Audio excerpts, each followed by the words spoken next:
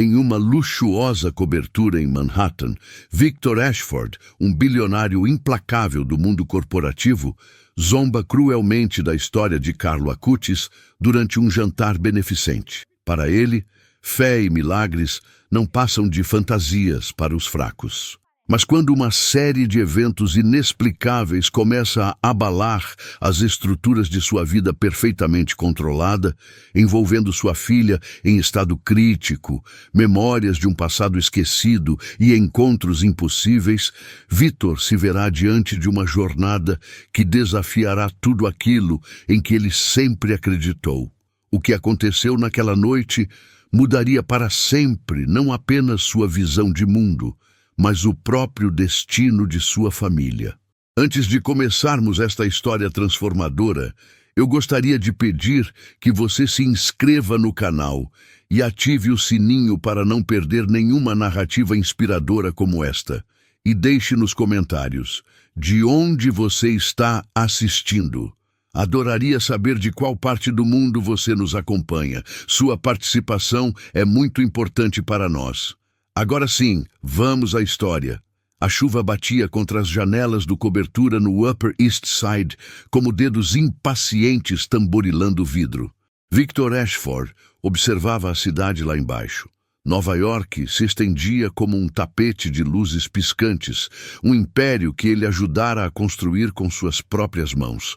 Aos 52 anos, Victor era o epítome do sucesso americano.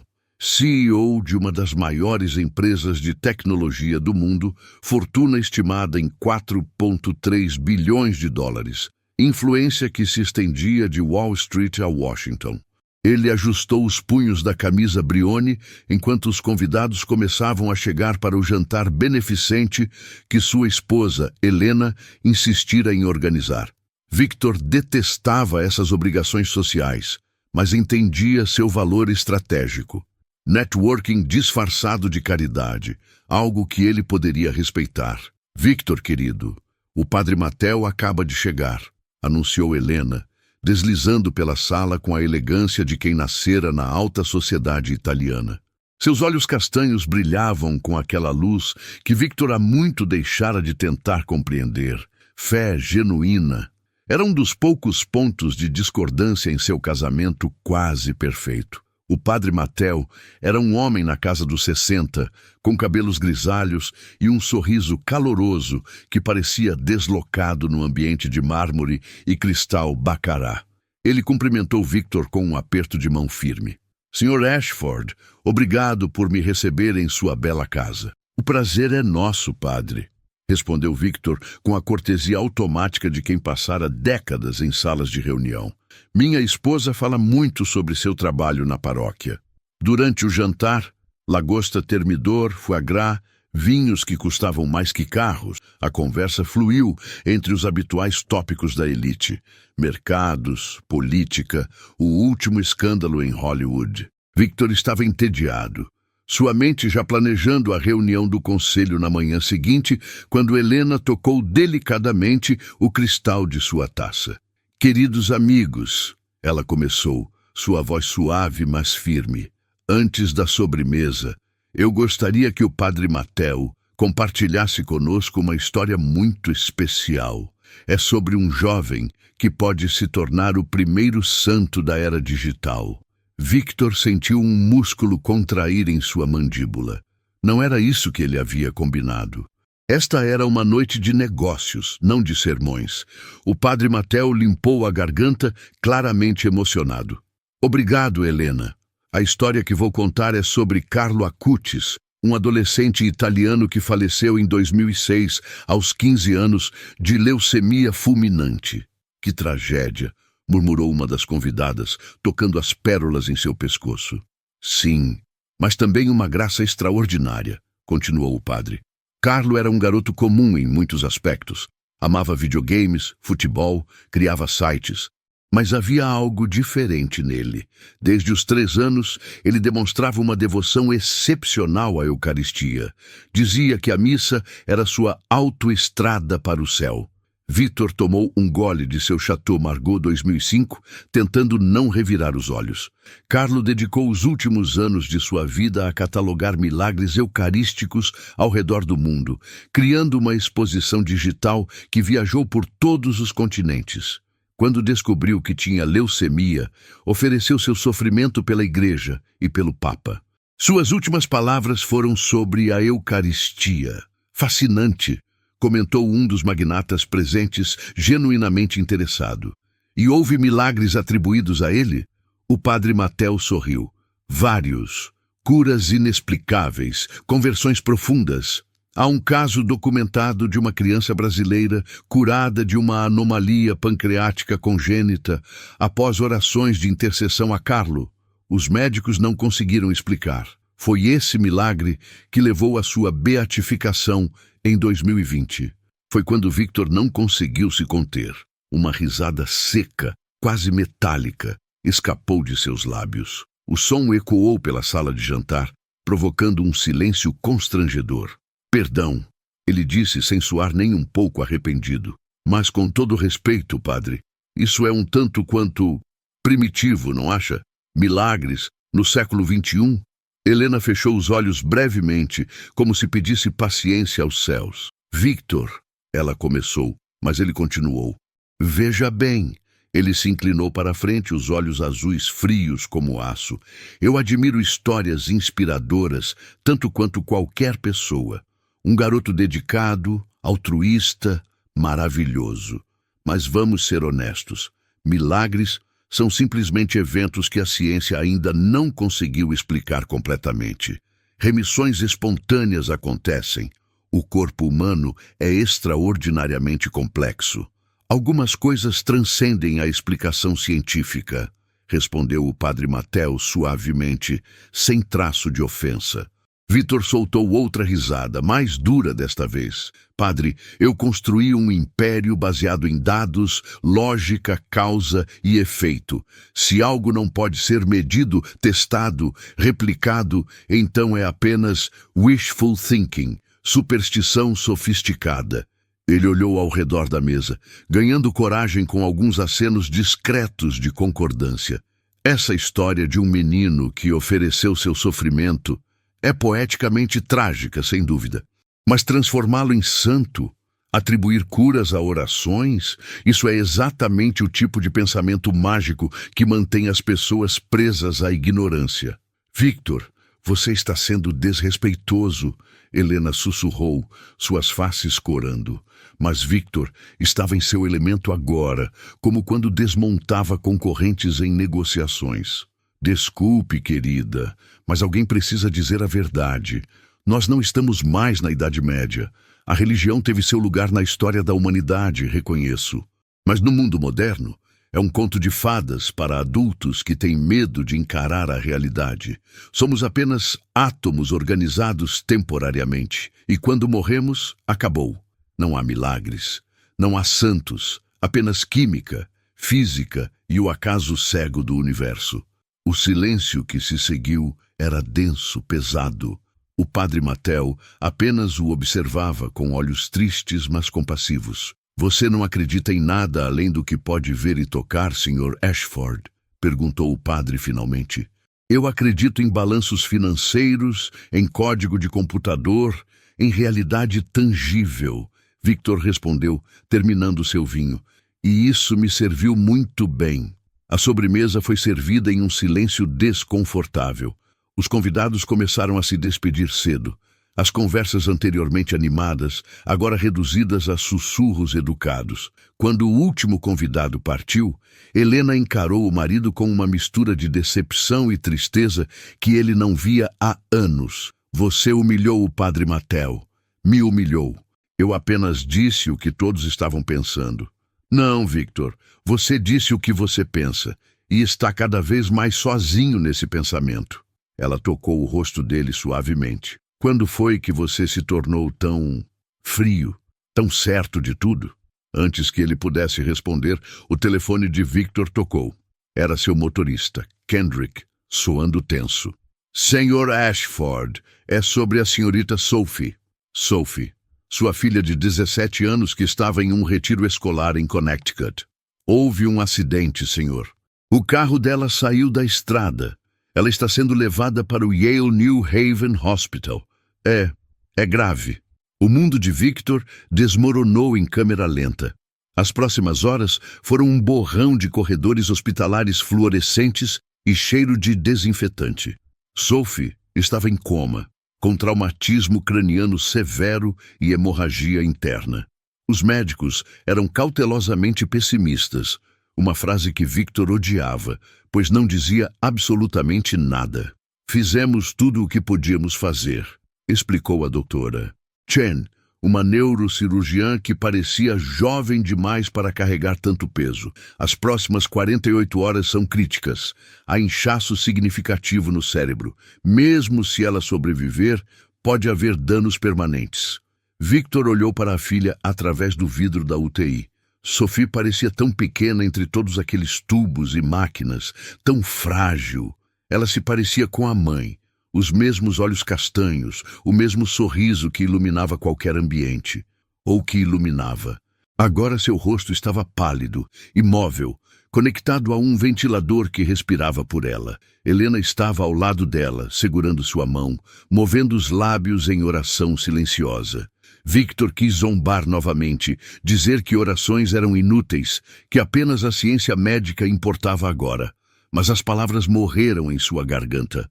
Por 3 dias ele permaneceu naquele hospital, recusando-se a ir para casa, dormindo em cadeiras desconfortáveis da sala de espera. Seus assistentes traziam seu laptop, mas ele mal conseguia se concentrar.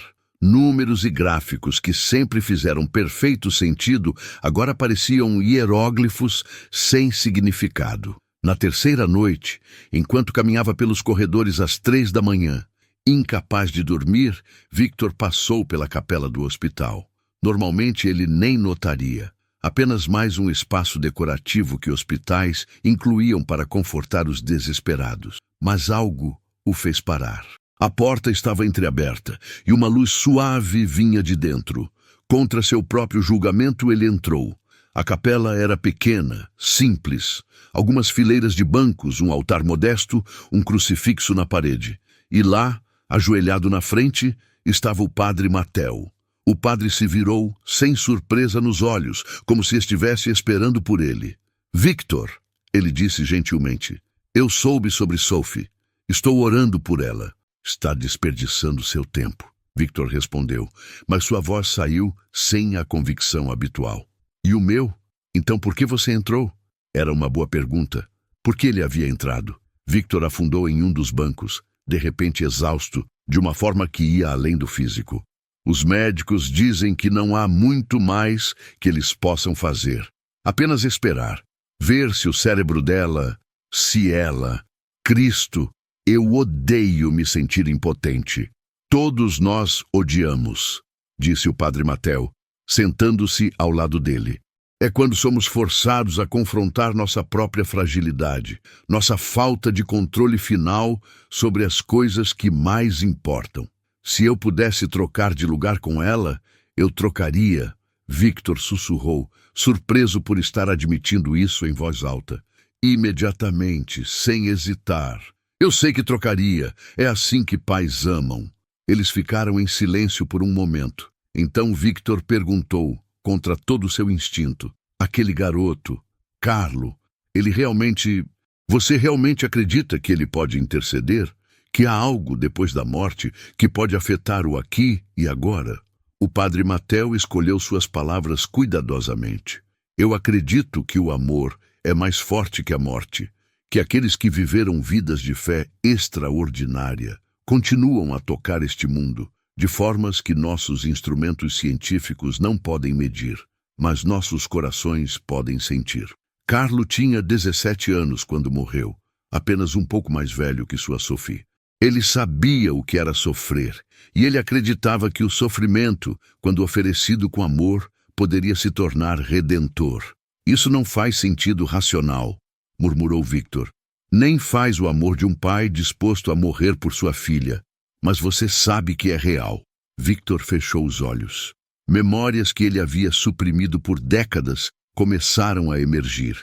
Ele se lembrou de ter 8 anos, ajoelhado ao lado de sua avó italiana enquanto ela rezava o rosário. Ela tinha 1/3 que pertencera à mãe dela, as contas desgastadas por gerações de orações. Ele se lembrava do cheiro de água de lavanda e velas de cera de abelha, da forma como ela falava de santos, como se fossem amigos íntimos. Vittorio, ela costumava dizer, usando seu nome italiano, Dio ti vede, Dio te ama. Nunca esqueça. Mas ele havia esquecido, ou escolhido esquecer, enterrando essas memórias sob camadas de educação de elite, ceticismo acadêmico, ambição implacável. Eu não sei como orar, ele admitiu, sentindo algo quebrar dentro de seu peito. Nem sei se acredito, mas se há uma chance, qualquer chance, então peça, disse o padre Matteo simplesmente. Peça com a humildade de um pai que ama sua filha. Carlo entendia esse tipo de amor. Ele o viveu até seu último suspiro. Victor ajoelhou-se, pela primeira vez em 40 anos, no chão frio daquela capela. As palavras vieram em italiano, o idioma de sua infância, que ele mal se lembrava de saber ainda. Carlo, ele sussurrou, sentindo-se ridículo e desesperado ao mesmo tempo. Se você pode me ouvir, se há algo além disso tudo, minha filha não merece morrer. Ela tem toda a vida pela frente. Por favor, eu implorei à ciência, aos médicos. Agora estou implorando a você. Lágrimas que ele não derramava desde a infância correram por seu rosto. Eu zombei de você. Zombei da sua fé, da sua história, de tudo que você representava. Eu fui arrogante e cruel. Se há justiça no universo, eu deveria ser punido, não ela. Leve-me, mas poupe minha Sophie. Ele não sentiu trovões ou luzes do céu. Não houve voz angelical ou sensação de paz mística. Apenas o silêncio da capela e suas próprias lágrimas caindo no chão. Mas então, tão sutilmente que ele quase perdeu, sentiu uma mão em seu ombro. Victor olhou para cima, esperando ver o padre Matteo, mas a mão era diferente, mais jovem, mais leve, e por uma fração de segundo impossível, ele viu um rosto. Não claramente, mais como uma impressão, como tentar lembrar um sonho ao acordar. Um jovem sorrindo, olhos bondosos, uma presença que irradiava algo que Victor só poderia descrever como alegria, alegria pura, não contaminada por circunstâncias. Então, desapareceu. Victor piscou, confuso. O padre Matteo estava ao seu lado, mas mais distante, suas mãos juntas em oração. Você viu? Victor começou.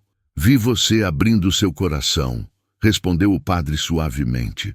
Às vezes isso é tudo que precisa acontecer. Victor voltou para o quarto de Sophie em transe. Eram 4 da manhã. Helena ainda estava lá, cochilando desconfortavelmente na cadeira ao lado da cama. Os monitores continuavam seus bips constantes, um metrônomo mecânico medindo uma vida em suspenso. Ele se aproximou de sua filha, segurando sua mão pela primeira vez desde que chegara ao hospital. Tinha evitado tocá-la, como se isso tornasse tudo muito real. Mas agora... Soph, ele sussurrou, usando o apelido que não usava há anos, desde que ela entrara na adolescência e se tornara Sophie formalmente. Papai está aqui e eu sinto muito por todas as reuniões que perdi, os recitais que pulei, as conversas que adiamos. Pensei que estava construindo algo importante, mas o que importa se eu perder você? Ele pressionou a mão dela contra sua testa. Volte para mim, Bambina. Por favor. Não houve mudança imediata. Os monitores continuaram seus ritmos. Helena continuou dormindo. O mundo girou em sua órbita indiferente. Mas quando o sol começou a nascer, pintando o céu de Connecticut em tons de rosa e dourado, algo mudou. Primeiro foi sutil, uma alteração no padrão respiratório de Sophie. Depois, um tremor nos dedos. Helena acordou sobressaltada quando os monitores começaram a apitar de forma diferente, não em alarme, mas em mudança. A doutora Chen entrou correndo, seguida por uma equipe de enfermeiros. Ela examinou Sophie rapidamente, seus olhos se arregalando. O inchaço cerebral está diminuindo, ela disse, incapaz de esconder sua surpresa. Significativamente. E há atividade, há resposta neurológica que não estava lá antes. O que isso significa? Helena perguntou, ousando esperar. Significa, a doutora Chen disse lentamente, checando e rechecando seus instrumentos como se não confiasse neles, que ela pode estar começando a sair do coma. Isso é inesperado. Apenas ontem, as leituras eram muito diferentes. Nas próximas 6 horas, eles testemunharam o que a doutora Chen mais tarde descreveria em uma conferência médica como a recuperação mais rápida e inexplicável de traumatismo craniano severo, que ela já havia visto em 20 anos de prática. Sophie abriu os olhos ao meio-dia. "Mamãe?" foi a primeira palavra que ela disse, sua voz rouca, mas clara. Então seus olhos encontraram Victor. "Papai, por que você está chorando?" Victor não tinha percebido que estava chorando novamente. Ele abraçou sua filha, cuidadosamente, com medo de machucá-la, enquanto Helena soluçava de alegria. "Eu tive os sonhos mais estranhos", Sophie murmurou. "Havia um garoto. Ele parecia ter minha idade, talvez um pouco mais velho. Ele estava mostrando-me coisas lindas. E ele ficava dizendo, 'Não tenha medo. Você vai ficar bem.'" Seu pai finalmente perguntou. Victor sentiu seu coração parar.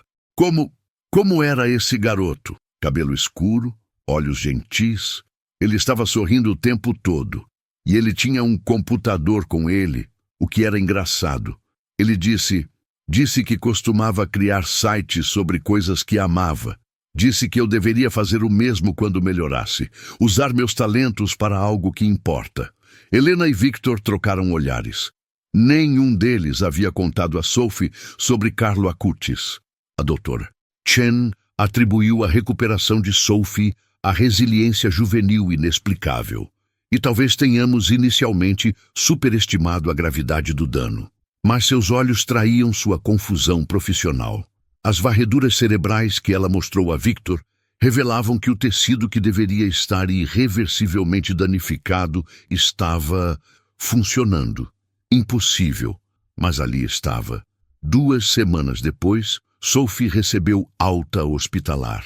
Ela precisaria de fisioterapia, acompanhamento médico, mas os prognósticos eram extraordinariamente positivos. Sem déficits cognitivos perceptíveis. Foi como a doutora Chen colocou, ainda com aquela nota de descrença na voz. Na noite em que trouxeram Sophie para casa, Victor foi até seu escritório, um santuário de madeira escura, estantes cheias de livros sobre negócios e economia, paredes adornadas com prêmios e diplomas. Ele olhou para tudo isso, os troféus de uma vida dedicada à ambição, e percebeu o quanto parecia vazio. Ele abriu seu laptop e digitou Carlo Acutis. Passou horas lendo a história completa, não a versão condensada que o padre Mattel havia compartilhado. Ele leu sobre um garoto que amava PlayStation e cocô de cachorro em seu tênis, que programava sites com código HTML que aprendera sozinho, que defendia amigos contra bullies, que economizava sua mesada para dar aos sem-teto, e que quando a leucemia o estava consumindo disse à mãe, "Eu ofereço todos os sofrimentos que terei de sofrer pela igreja e pelo Santo Padre." 15 anos. Ele tinha apenas 15 anos e encarava a morte com mais coragem e propósito do que Victor havia encarado 60 anos de vida. Havia uma citação de Carlo que pareceu saltar da tela. "Todos nascem como originais, mas muitos morrem como fotocópias." Victor pensou em sua própria vida. Ele havia se tornado uma fotocópia do sucesso corporativo americano, intercambiável com dezenas de outros CEOs, definido por números em uma conta bancária, poder em uma sala de reuniões. Original em nada. Mas Sophie, sua filha, ainda tinha a chance de ser original.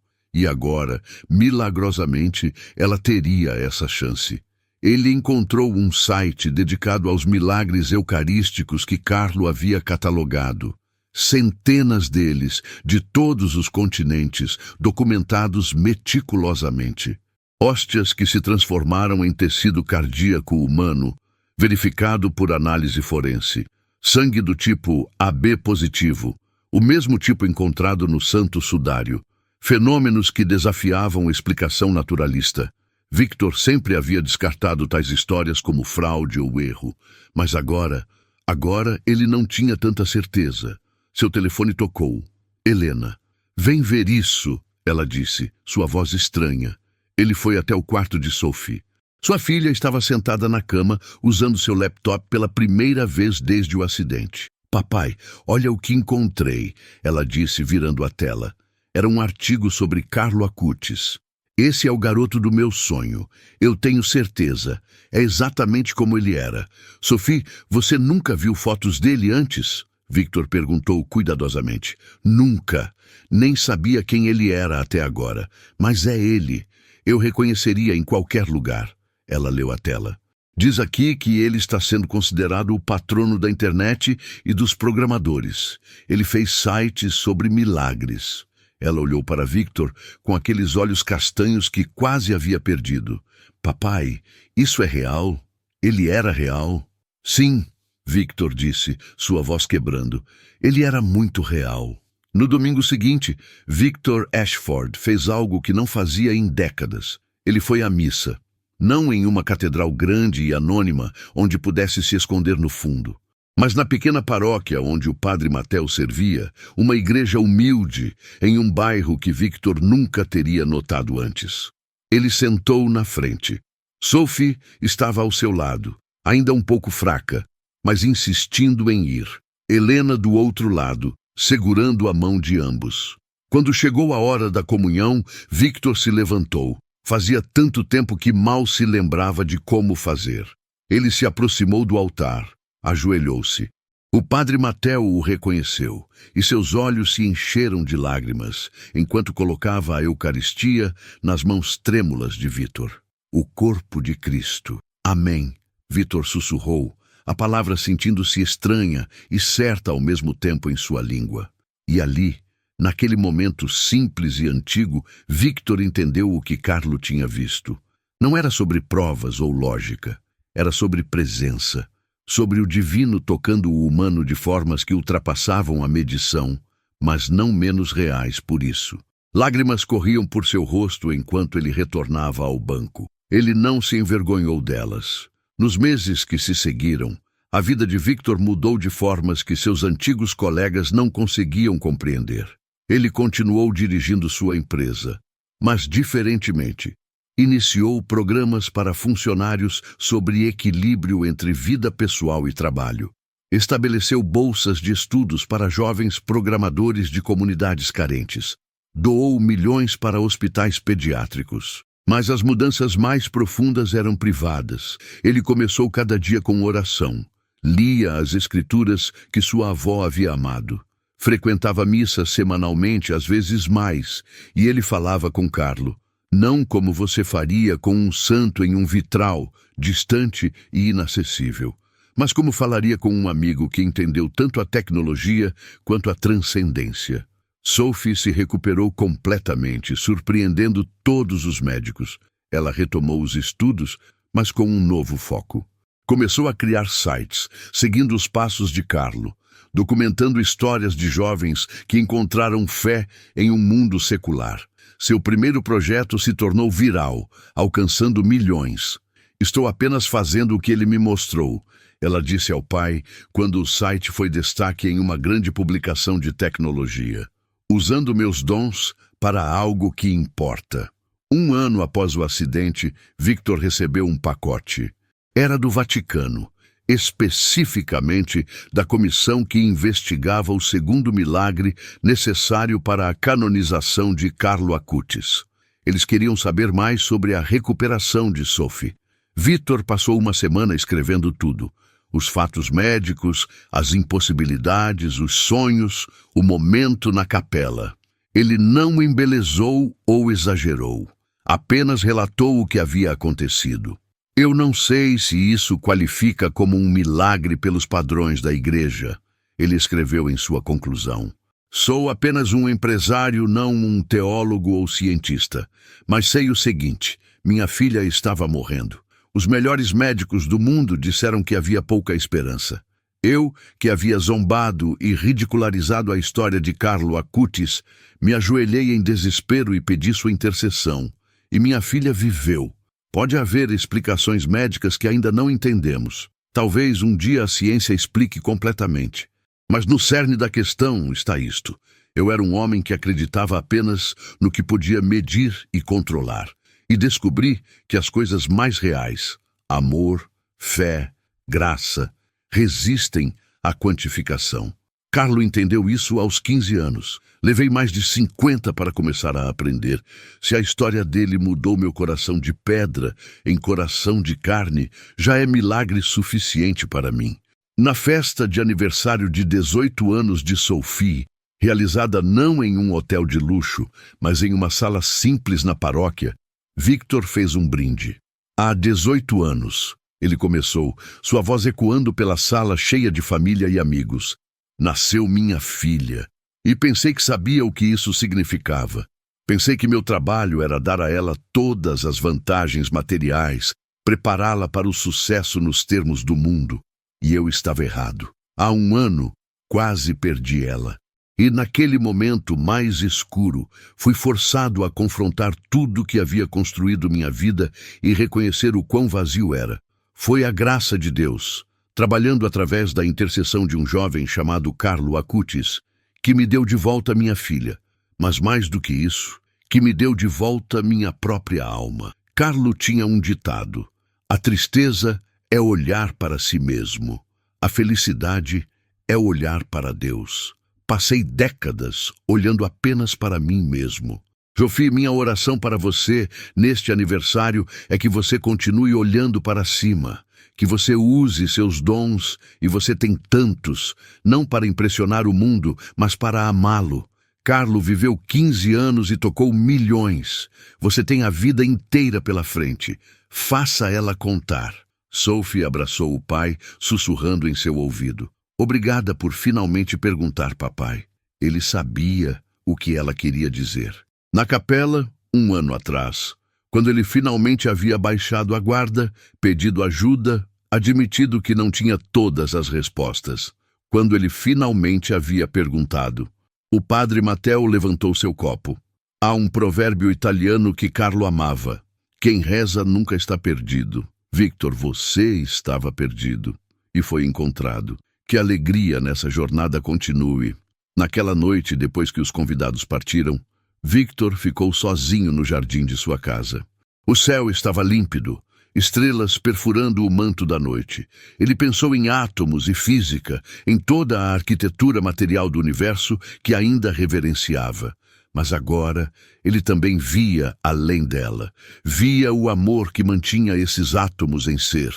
Via o propósito tecendo através do acaso. Via a mão de um Criador que se dignava a tocar sua criação através de pessoas comuns que diziam sim a coisas extraordinárias. Pessoas como Carlo, que transformou PlayStation e programação em portais para o sagrado. Pessoas como Sophie, que sobreviveu para contar a história. E sim, mesmo pessoas como ele, arrogante, cético Victor Ashford, que descobriu que nunca é tarde demais para se curvar, para perguntar, para acreditar. Obrigado, ele sussurrou para as estrelas. Para Deus, para o jovem santo que havia se recusado a deixar um pai orgulhoso perder sua filha. Grazie, Carlo. Grazie mille. E no silêncio que se seguiu, ele poderia jurar que sentiu, não ouviu, mas sentiu uma resposta, uma alegria, uma presença, um amor que a morte não poderia apagar, um milagre que nenhum cético jamais poderia refutar, porque estava escrito não em documentos médicos, mas no coração transformado de um pai que havia aprendido a ver além do visível. Victor Ashford aprendeu da maneira mais dolorosa possível que há mistérios no universo que transcendem planilhas e dados. A zombaria cruel que ele lançou sobre a história de Carlo Acutis foi respondida não com punição, mas com misericórdia. uma graça imerecida que salvou não apenas sua filha, mas sua própria alma atrofiada. Carlo, o jovem que transformou sofrimento em oferta, que viu em cada Eucaristia um portal para o eterno, continuou seu trabalho mesmo além da morte. Ele tocou um homem que acreditava apenas no que podia ver e o ensinou a enxergar com os olhos do coração. A história de Vítor nos lembra que nunca é tarde para nos rendermos, para admitirmos que não temos todas as respostas, para nos ajoelharmos diante do mistério sagrado que permeia a existência. Que os milagres acontecem, não sempre como esperamos, nem sempre de formas que podemos provar cientificamente, mas sempre como convites a crer em algo maior que nós mesmos. Sophie vive hoje não apenas porque médicos habilidosos a trataram, mas porque um pai orgulhoso finalmente aprendeu humildade. Porque um jovem santo do século XXI demonstrou que fé e tecnologia, razão e reverência podem coexistir. Porque o amor, divino e humano, sempre foi e sempre será a força mais poderosa no universo. E em algum lugar, Victor gosta de imaginar, Carlo está sorrindo, talvez na frente de um computador, catalogando mais um milagre, mais uma vida transformada, mais um coração convertido do cinismo à esperança. A autoestrada para o céu, afinal, está aberta a todos, mesmo àqueles que passaram a vida negando que ela existe. Muito obrigado por acompanhar esta história transformadora até o final. Se você foi tocado por esta narrativa, por favor, inscreva-se no canal, ative as notificações e nos diga nos comentários de onde você está assistindo. Suas palavras e sua presença aqui significam muito. Que a história de Victor, Sophie e Carlo inspire você a olhar além do visível e a acreditar no impossível. Até a próxima história. Que Deus abençoe você.